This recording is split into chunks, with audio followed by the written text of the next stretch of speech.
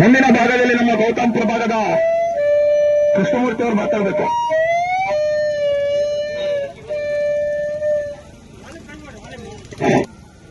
ಸಂಘಟನೆಯು ಈ ಸಚಿವರ ಹೇಳಿಕೆಯ ವಿರುದ್ಧ ಹಾಗೂ ಸಚಿವರು ನೀಡಿರುವ ಆದೇಶದ ವಿರುದ್ಧವಾಗಿ ಎಲ್ಲ ರೈತ ಮುಖಂಡರು ಇವತ್ತು ಹಮ್ಮಿಕೊಂಡಿದ್ದೀವಿ.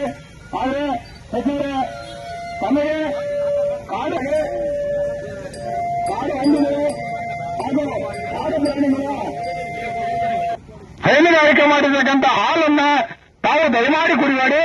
ನೀವು ಹಂದಿಯ ಹಾಲನ್ನೇ ಕುಡಿದು ಹಂದಿಯ ಹಾಲನ್ನೇ ಕುಡಿ. ನೀವು ಎಲ್ಲ ರೈತರು ಅದನ್ನ ಒಂದು ವರಿಂದ ಕೊಳ್ತಾ ಬಂದಿದ್ದೀರಿ. ಹಾಗಾಗಿ ಪ್ರಾಣಿಗಳ ಹಾಲು ಗೆಡ್ಡೆಗಳನ್ನು ಸಹ ನೀವು ಊಟ ಮಾಡಬೇಡ್ರಿ. ಗೆಡ್ಡೆಗಳು ತೀವ್ರವಾಗುತ್ತೆ, ಹುಷಾರಿ. ಇದು ನಮ್ಮ ರೈತರು ಇಷ್ಟೇ ಚಳವಳಿಯಲ್ಲ, ಇನ್ನು ಬಹಳಷ್ಟು ಕಾನೂನುಬದ್ಧವಾಗಿ ಆದೇಶವನ್ನ ನೀಡಲೇಬೇಕು. ಈಗ ತಾವು ಆದೇಶವನ್ನು ತಿಳಿಸ್ತಾ ಇದ್ದೀರಿ.